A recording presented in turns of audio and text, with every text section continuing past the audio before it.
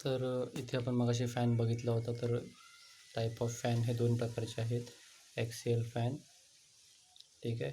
Axial आणि centrifugal किंवा radial fan असे म्हणतात. मग when the flow parallel to axis मगाशी सांगितल्याप्रकारे फक्त सेंट्रिफ्युगल फॅन अशा पद्धतीने आपल्याला दिसेल. इथून इनलेट आहे, इथून आउटलेट आहे, ह्याचं हाऊसिंग आहे, त्याला फिरवण्यासाठी एक मोटर आहे, ठीक आहे. त्याच्यानंतर सेंट्रिफ्युगल फॅनचे मगाशी बघितलं होतं रॅडियल अशा पद्धतीने काम करतं, फॉरवर्ड बॅकवर्ड, ठीक आहे. त्यानंतर मग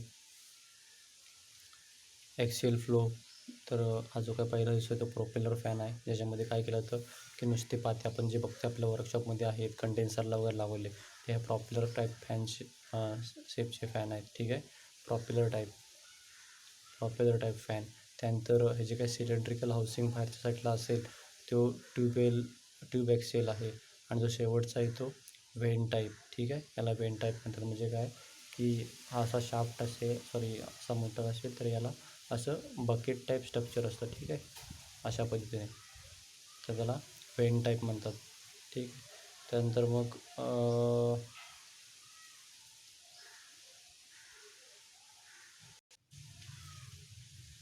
तर फॅन पॉवर आहे ते अशा पद्धतीने फाइंड आउट केली जाते की PF is equal to P atmosphere is equal to 9.8 Q into PTF into KP.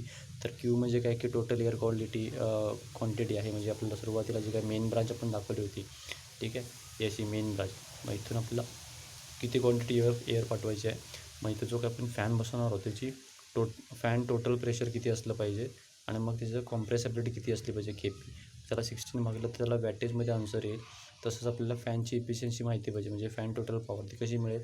Total fan air power म्हणजे फॅनला टोटल पॉवर किती लागणार आहे, आपण किती त्याला देणार किती आहोत, त्या दोघांचं जे काही भागाकार येईल तो काय आपल्याला असेल फॅन टोटल प्रेशर असेल, ठीक आहे.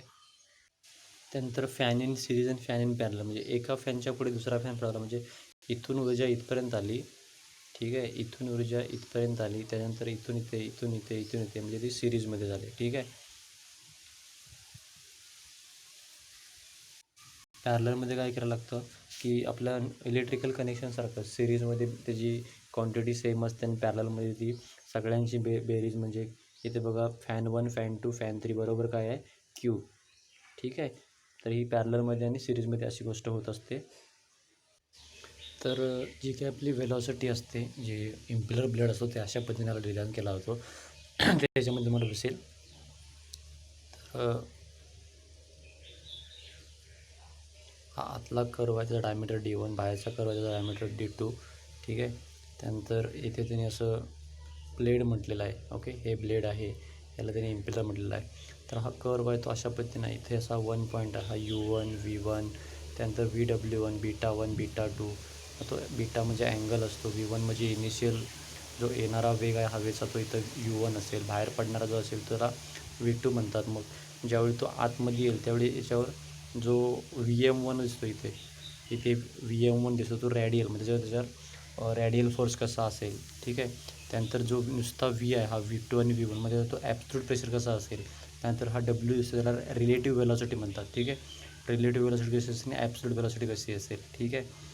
तर हे असे चार पॉईंट आहेत ते डिझाईन केले जातात. आणि मग त्याच्यानुसार मग हा U1 आणि V2 पार्शियल इनलेट वेलॉसिटी किती असेल ती.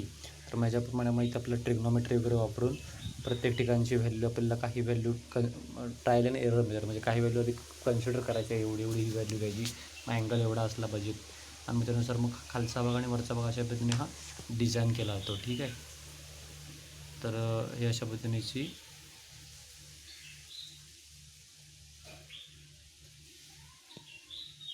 इथे आपण हे चार्ट बघितला, PV chart, pressure versus volume.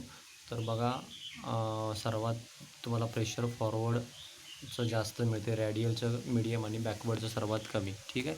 तर अशा पद्धतीने हे फॅन डिझाईन केले जातात, फॉरवर्ड, रॅडियल आणि बॅकवर्ड, ठीक आहे. त्याचप्रमाणे हे मग अशी जशी बघितली व्हॅलॉसिटी ट्रायंगल त्या पद्धतीने आहे. तर बघा इथे तुम्हाला हा U1 दिसतो, म्हणजे काय की इथून आपली, ठीक आहे, इथून आपला जो काही एअर फ्लो आहे तो असा येणार आणि असा बाहेर पडणार. तसंच इथे इथून असा आतमध्ये जाणार आणि इथून असा बाहेर पडणार, ठीक. असे एअर व्हेलॉसिटी दिसते तुम्हाला. अशा पद्धतीने एअर व्हेलॉसिटी आहे. तर हे ॲक्सियल फॅन आहेत, मग जसे आपण बघितलं अशा पद्धतीने axial fan, popular tube axial आणि वेन ॲक्सियल. ठीक आहे, म्हणजे तुम्हाला दिसतं याच्यामध्ये बघा इथे जिथून बाण दाखवले आहेत त्यातून बघा तुम्हाला पाठच्या साईडनं मोठे बाण आहेत, छोट्या साईडनं पुढे, म्हणजे त्याच ठिकाणानं ॲक्सिस रिलेटेड लाईनमधनं एअर किंवा हवा जी काय असेल आतमध्ये त्याच साईडनं बाहेर पडेल.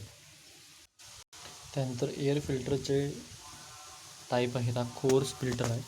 तर कोर्स फिल्टरमध्ये काय केलं आहे बघा, तर इथे हे 5 ते 8 मायक्रोमीटरपर्यंत जर तो डस्ट पार्टिकल रिमूव्ह करत असेल त्याला कोर्स फिल्टर म्हटलं आहे. ठीक आहे, त्यानंतर मग हे कुठे कुठे वापरलं जातं, तर surround surface, pollen, textile fibre अशा ठिकाणी ती डस्ट पार्टिकलची साईज 5 ते 80 मायक्रोमीटरपर्यंत असते. मग ते पॅनल फिल्टर असतात, तो कुठल्या गटामध्ये येतो, 1, 2, 3, 4. ठीक आहे, त्यानंतर वेट अरेस्टमेंट इफिशियन्सी बिटवीन 65 to 70.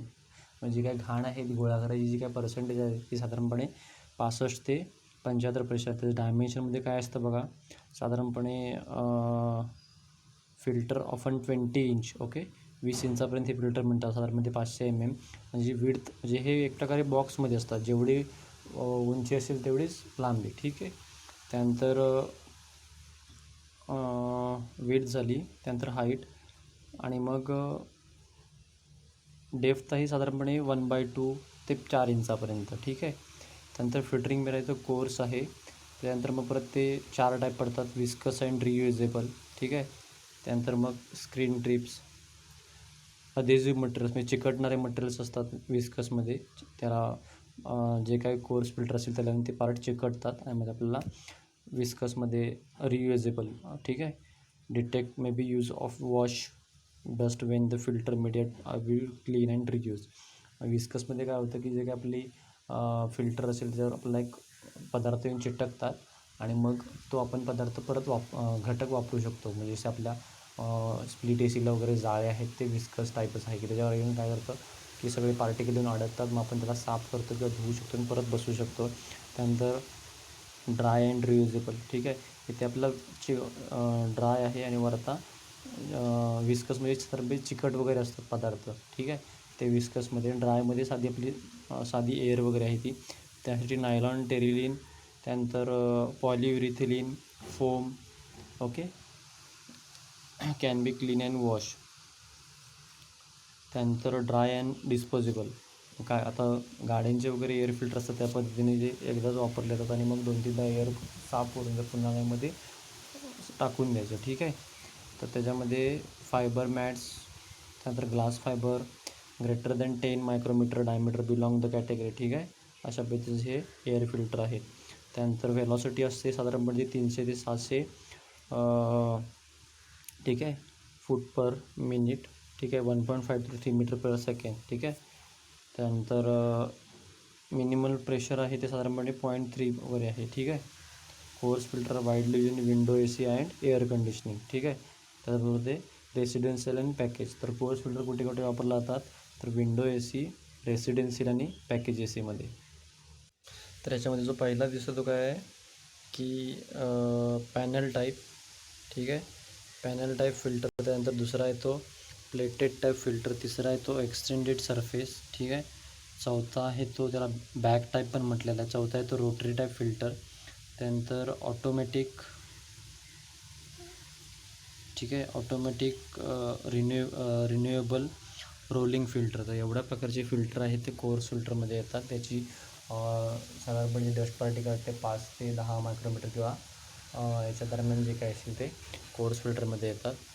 ठीक आहे, तर तो कोर्स फिल्टर आहे तो साधारणपणे 5 मायक्रॉन ते 80 मायक्रॉनच्या मध्ये जे काही असेल ते कोर्स फिल्टर असतात. आता ह्याची लोअर इफिशियन्सी एअर फिल्टर, मग याची इफिशियन्सी आहे ती साधारणपणे जे इफिशियन्सीचं एअर फिल्टर आहे ते 5, 6, 7, 8 नंबरचे असते. याच्यामध्ये काय आहे की एअर आहे ती 3 ते 10 मायक्रॉनपर्यंत काढली जाते. म्हणजे मध्ये हे कुठे कुठे असतं, तर spore model, hair spray, cement अशा प्रकारे सॉइल पार्टिकल.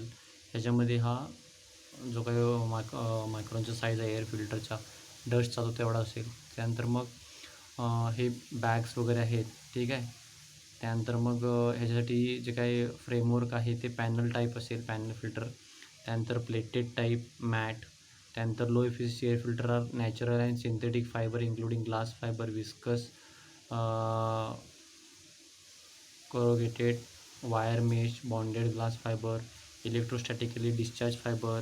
तर एवढ्या पद्धतीचे हे फिल्टर मीडिया वापरले जातात. त्यानंतर मग synthetic fibre, bonded glass fibre, diameter are vary from 1 micrometre to several micrometre. ठीक आहे.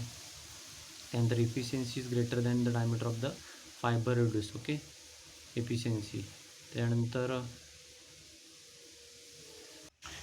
हे जे काही आहेत लो फिल्टर आहेत, तर त्याची इफिशियन्सी आहे ती लो असते. त्यानंतर फेस वेलॉसिटी आहे ती 500 फूट पर मिनिट आहे, साधारणपणे 2.5 मीटरपर्यंत आहे. त्यानंतर फेस वेलॉसिटी आहे ती कॉलिंग AHU आणि एअर हँडलिंग युनिट. ओके. त्यानंतर प्लेटेड फिल्टर आहे ते साधारणपणे 2 ते 8 टाइम्स देअर फेस एरिया. ठीक आहे, त्याच्यापेक्षा एक्सटेंडेड. त्यानंतर velocity of entering filter media is reduce to 60 to 200 250 micro. ठीक आहे. त्यानंतर velocity will be eventually increase diffuse, म्हणजे याच्यामध्ये म्हणजे काही एअर फ्लो ती कमी किंवा जास्त करता येते लो प्रेशरमध्ये. त्यानंतर 3 types of filter using permanent electrostatically change fibre. पहिला आहे तो charge on resin wool. Okay, produce friction during the carding process. Resin हे एक मटेरियल असतं. त्यानंतर corona charge emit positive charge one side and polypropylene film negative charge. त्यानंतर तिसरा spin liquid polymer. Okay, तर एवढ्या पद्धतीचे हे पॉलिमर वापरले जातात. Low efficiency filter are final minimum pressure drops up to 0.06. Okay, आणि मग 150 पास्कलपर्यंत. Low efficiency filter are widely using package unit and air handling unit. ठीक आहे, कमर्शियली आणि बिल्डिंग, इंडस्ट्रियल, वर्कप्लेस आणि मोर डिमांडिंग इन रेसिडेन्शियल. तर त्यानंतर हा मीडियम इफिशियन्सी एअर फिल्टर आहे. म्हणजे पहिला आपण कुठला बघितला कोर्समध्ये कुठले पदार्थ टेक्स्टाईलमध्ये जे काही साईज असते, म्हणजे टेक्स्टाईलचे डस्ट टेक्स्टाईल, म्हणजे त्या साईजची जे काही घाण असेल ती त्याच्यामधून स्वच्छ केली जाईल. दुसऱ्यामध्ये आपण बघितलं की सिमेंट वगैरे आहे, तर त्या साईजचे जे काय आहे ते लो इफिशियन्सी फिल्टर. तर मिडियम इफिशियन्सी फिल्टर आहे त्याच्यामध्ये बघा 9, 10, 11, 12 ते मिडियम इफिशियन्सी फिल्टर येतं त्याच्यामध्ये. त्यानंतर साईज आहे ती 1 ते 3 मायक्रॉनपर्यंत आहे. ठीक आहे, 1 ते 3 मायक्रॉन. त्यानंतर वेडिंग फ्युम्स, त्यानंतर लेजिओनला बॅक्टेरिया, कोल्ड डस्ट, हे जे घटक आहेत ते काय आहेत की मिडियम फिल्टरमधून काय केले जातात, फिल्टर केले जातील. ठीक आहे. त्यानंतर हा बॉग अँड बॅग्स टाईप दिसतो, तुम्हाला इथे दिसत असेल बॉग अँड बॅग्स टाईप. त्यानंतर ह्याचा काही एक्सटेंडेड सरफेस एरिया आहे. त्यानंतर ह्याची जी काही साईज आहे ती 1 ते 3 मायक्रोमीटर पार्टिकल साईज इफिशियन्सी आहे साधारणपणे पर्सेंटेज. ठीक आहे. त्यानंतर जे काही डस्ट आहेत ती 70 ते 75% तो ॲब्सॉर्ब करतो. ठीक आहे. Medium efficiency filters commercial, building आणि इंडस्ट्रियल ॲप्लिकेशनसाठी वापरले जातात. तर ते तुम्हाला दिसत असेल हे ॲल्युमिनियमची सेपरेटर आहे आणि मध्ये ग्लास फायबर भरलेला आहे. साधारणपणे अशी 24x24 इंचाचा एक एअर फिल्टर तुम्हाला दाखवलेला आहे त्यांनी. त्याला त्यांनी अल्ट्रालाईट एफिशियन्सी फिल्टर, ठीक आहे, असं सुद्धा म्हटलेलं आहे. ठीक आहे. त्यानंतर मग हेपा फिन्सर हाय एफिशियन्सी एअर फिल्टर हे खूप वापरले जातात. तर याचा नंबर 13, 14, 15, 16 येतो. आतापर्यंत आपण बघितलं होतं 5 ते 80, त्यानंतर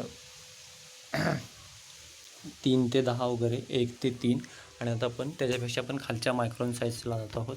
साधारणपणे पार्टिकलची साईज 0.3 ते 1 मायक्रॉनपर्यंत असेल, जे बॅक्टेरिया वगैरे, virus, cooking oil, fumes, tobacco smoke आणि अदर स्मोक हे सगळे याच्यामध्ये कॅप्चर केले जातात. त्यानंतर 0.3 ते 0 पार्टिकल साईज इफिशियन्सी आहे ती 75%. ओके.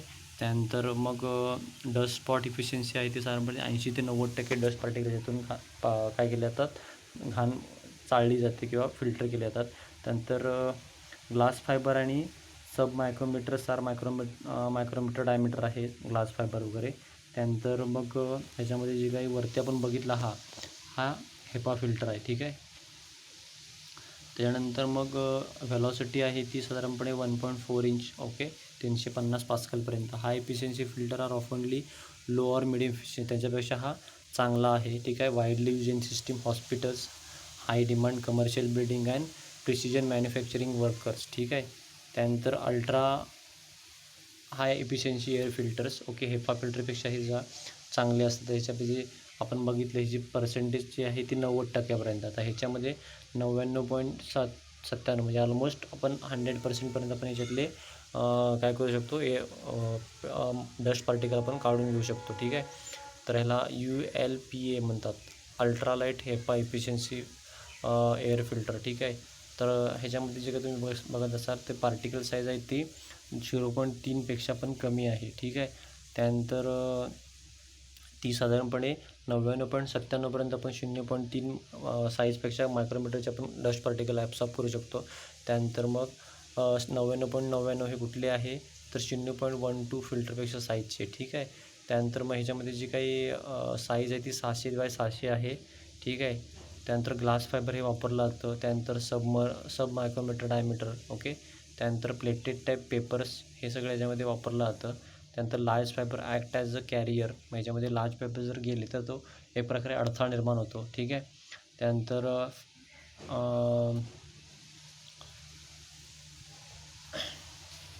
ह्याच्यामध्ये अल्फा फॅक्टर वगैरे अशा पद्धतीने हा फाइंड आउट केला होतो.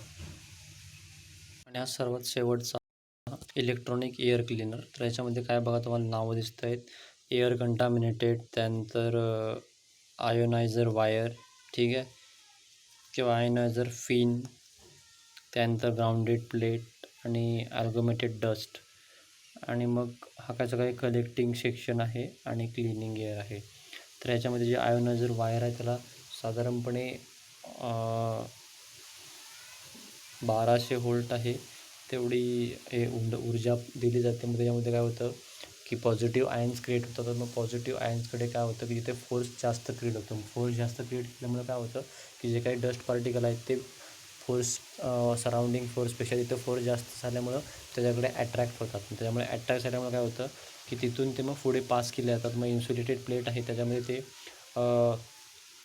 जे काही डस्ट पार्टिकल असतात ते चाळले जातात. मग ते ॲग्लोमेटेड डस्ट आहे त्याच्यामध्ये परत एकदा जी चाळणी होते आणि मग तिथून मग मीडियम इफिशियन्सी फिल्टर रोल आहे तिथून मग आपल्याला क्लीन एअर मिळते. अशा पद्धतीने हा आपला इलेक्ट्रॉनिक एअर फिल्टर वर्क करतो.